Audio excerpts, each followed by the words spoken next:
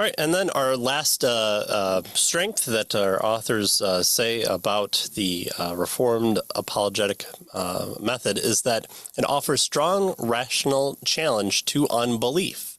The transcendental argument used by Van Til has a great deal to commend to it. First, from a Christian point of view, the premise of the arguments surely must be regarded as true. God is the presupposition of all meaning, knowledge, logic, fact, and moral value and judgment. That's quite a bit. That's quite heady. Anything important in life falls probably under the one of those areas of existence. It is because God exists that all these things are what they are, and it is because we were created in God's image that these things can be intelligible to us. And that's a really good position to be in. Yeah. Good. Secondly, the transcendental argument, our authors tell us, is applicable in any context and in relation to any question. Right? Classical and evidentialist apologists require some familiarity with specific philosophical arguments, right? The cosmological argument or whatever, or with various bits of information, and tend to plow over the same ground repeatedly.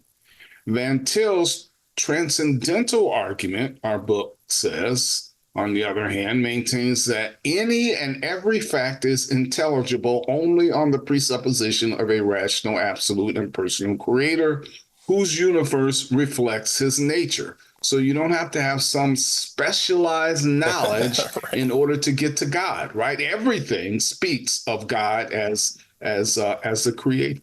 Right. We got rid of the Gnostics for a reason, and so we don't need to go back to them. Right.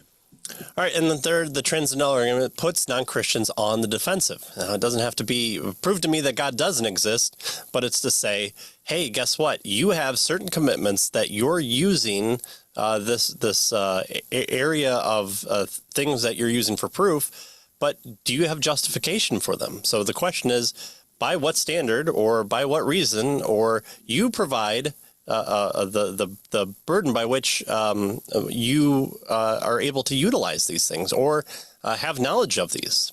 The burden of proof is laid on them to give an alternative account of the rational ground of meaning or morality. They are confronted with the philosophical prejudice against Christianity and their need for a changed attitude towards the Bible of the God.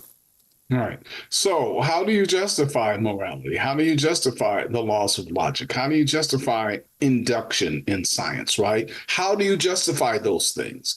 And if you don't have a good reason for holding to those things, then and it's arbitrary, then how can you say that you have any knowledge of anything? Right. And so that's that. So there's a challenge there from this transcendental argument that puts, as our authors suggest here, non-Christians on the defensive. We go after their basic worldview and say, look, it doesn't make sense. It doesn't hold water, says the Reformed apologist, right? If you don't have a good reason for reason, right, then how can you make sense of anything, right? How can you justify anything, right? Or how is morality, how is the existence of morality justified without a personal God? All values are personal, right? They don't just come in an impersonal, by chance universe. There has to be a person. And for them to be universally applicable, there has to be a transcendent person, right? And so, and so this transcendental argument, as they say, puts the non-Christian on the defensive. Right. Lots of good stuff there.